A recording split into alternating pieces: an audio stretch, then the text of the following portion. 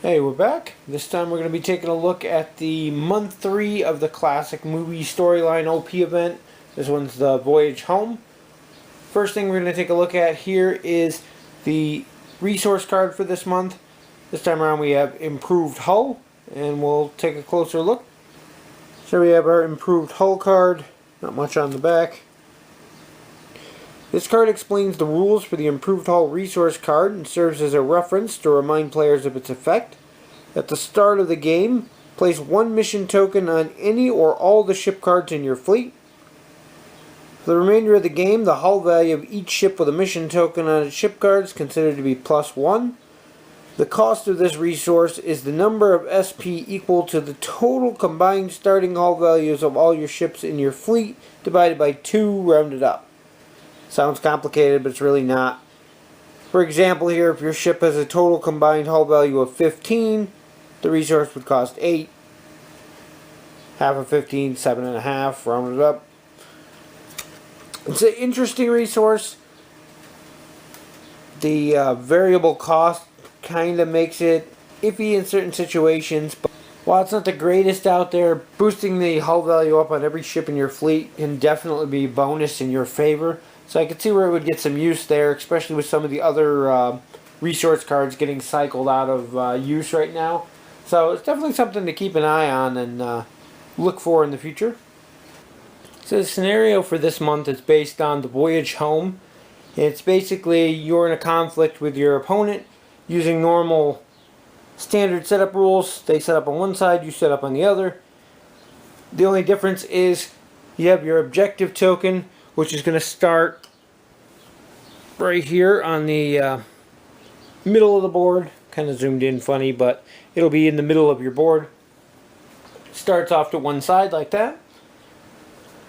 The token represents the alien probe. It's going to slowly move across the battlefield towards the other side throughout the course of your game. At the end of every end phase, the alien probe is going to move in a straight line. A 2 straight. So you're going to take your 2 template, move it over like this. Make sure it stays straight the whole time. I think I went a little crooked there, but you get the idea. And it's going to slowly work its way across the map. If during the course of its movement the alien probe overlaps a ship, that ship is immediately destroyed. So keep that in mind. The thing's pretty much like a lethal weapon moving across there. You want to avoid it if you can. The other thing to keep in mind is that the alien probe there also drains power from everything that gets close to it. During the planning phase, a ship that's within range 2 of the alien probe at the start of the planning phase cannot choose a maneuver from its dial with a speed greater than 2. A ship that's within range 1 of the alien probe at the start of the planning phase doesn't get to choose a maneuver at all, and they don't get to move that turn. So that's something you got to keep in mind when you're doing your planning, where you're going to end up. During the activation phase, if a ship executes a maneuver that would cause the final position of its base to end up within range 2 of the alien probe, the ship loses its perform action step.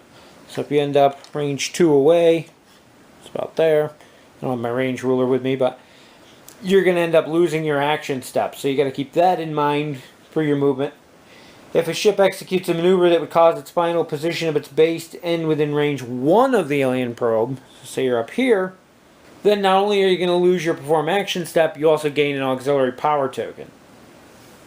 And finally, if the ship would execute a maneuver that would cause the final position of its base to overlap the probe, you move the ship backward along the template until it no longer overlaps the probe. The ship suffers 2 damage and gets the auxiliary power token and loses its perform action step. So at least you don't get the instant destroy, but say you were here and you moved, you ended up like this. You're going to back yourself up so that you're not touching it anymore. You're going to take the 2 damage, the auxiliary power token, and lose your action phase. On the positive side, you running into it is only 2 damage to your ship.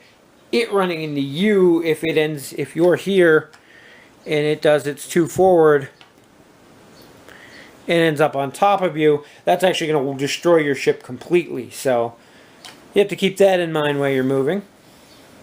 It also affects you during the combat phase. Any attacks made by ships within range 2 of the alien probe are made at -2 attack dice. Any ship defending at range 2 rolls -1 defense dice. All ships at range 1 of the alien probe cannot attack or defend at all. And a ship at range 1 that is cloaked also must flip its cloak over to the red side, indicating that it's going to end at the end of the turn. During the end phase, there's even more stuff that it affects. A ship within range 2 of the alien probe can only flip 2 of its disabled shields from the red side back to their blue side. That means if you're decloaking or if you use some ability that made you drop your shields, things like that, you can only flip up to 2 back to their blue side at a time. So keep that in mind. And a ship that's at range 1 of the alien probe can't flip any of its disabled shields back over. So remember, if you're cloaked and you end up within range 1, it's going to force you to decloak, and you won't be able to bring any of your shields back online. So you're going to be in a really, really dangerous position. Other than that, the probe really doesn't do anything aside from moving each turn, and eventually it becomes a game timer. The game's going to end when one player is eliminated. The alien probe exits the area through the opposite side of the edge of the battlefield, or time is reached. Your objective is to destroy all your opponents. There is no special bonus points or anything this time around, so it's pretty simple and straightforward combat other than that. I do wish that the mission actually came with the objective token. If you have yourself a starter set, you obviously have a few laying around, but I miss when the missions came with these tokens and they actually had the, whatever it's supposed to be, the alien probe could be on the other side. This would have been a cool opportunity to make a pretty large token like they had for some of the other things. I'm trying to think of the one. The token for the Voyage mission actually came with a really good size token. That would have been pretty cool. But anyway, that's it for the mission for this one. We'll get on to the prizes.